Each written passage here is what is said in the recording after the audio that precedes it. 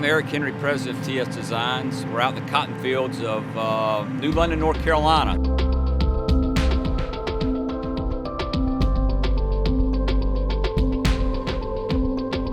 The first things that we wanted to do with Cotton of Carolinas is we wanted to be the first apparel line that's completely transparent from the consumer all the way back to the farmer. I think one of the most important things about Cotton of the Carolinas is reconnecting to where things come from.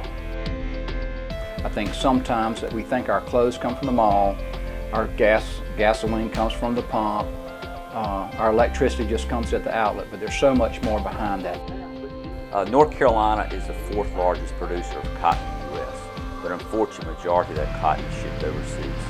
We live in a time now where a t-shirt transportation footprint can be over 17,000 miles.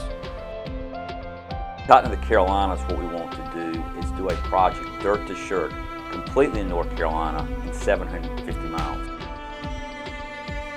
So the consumer can go to our website, look up the year in which the t-shirt is branded, what harvest year, and they can connect with everybody in the supply chain, from Ronnie Burleson, the cotton farmer, all the way back to TS Designs, who does the finished print and dye t-shirt.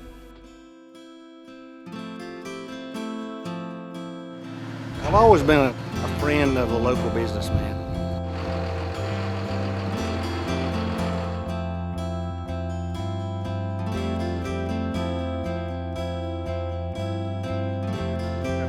Okay, and the main job of us is, like I said, our purpose is to get the fiber from the field that you see here. We actually separate the seeds from the fiber.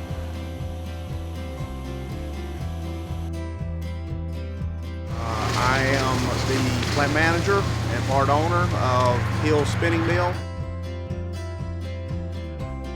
Brian Morrell, I'm owner of Vortex Apparel. We're an apparel manufacturer located in Wendell, North Carolina. But it's just exciting to see these people get together and talk about how we can reconnect the business and do the business amongst ourselves and make a product not only we grow in North Carolina, but we make in North Carolina. And our big transition, or sometimes we call our epiphany, happened in 1994 when NAFTA, North American Free Trade Agreement, became law. Prior to NAFTA, we did work for the brands Tommy, Nike, Gap, Polo, and shortly after NAFTA became law, those brands quickly moved overseas. So we saw our company shrink from over 100 employees to less than 14 employees in that 2-year period. Globalization has its place, but sometimes it just doesn't make sense. You step over your neighbor to buy something cheaper and then you wonder if it was a fair trade. In our supply chain of Cotton of the Carolinas, over 700 people are employed in that supply chain, and all those employees are in North Carolina. A lot of times we talk about sustainability and green issues and local, but I think a better way to describe it is building community. This is our first year for actually taking people out to the cotton field.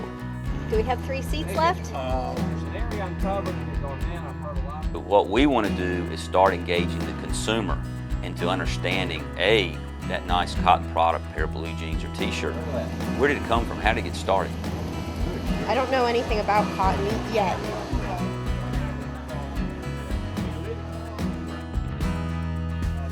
This is a family-owned operation. We started in 1996.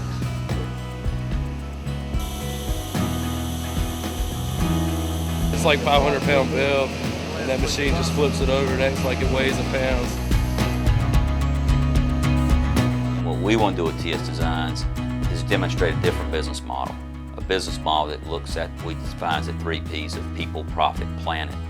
Well, I think long term we're going to have to wrestle with the fossil fuel issues, peak oil or increasing prices. And when you ship things around the world, there's a day of reckoning where cheap fossil fuels aren't going to be available. What will we do then? So it certainly makes sense to build a model that you're sourcing things as close as possible so you don't have a huge transportation footprint.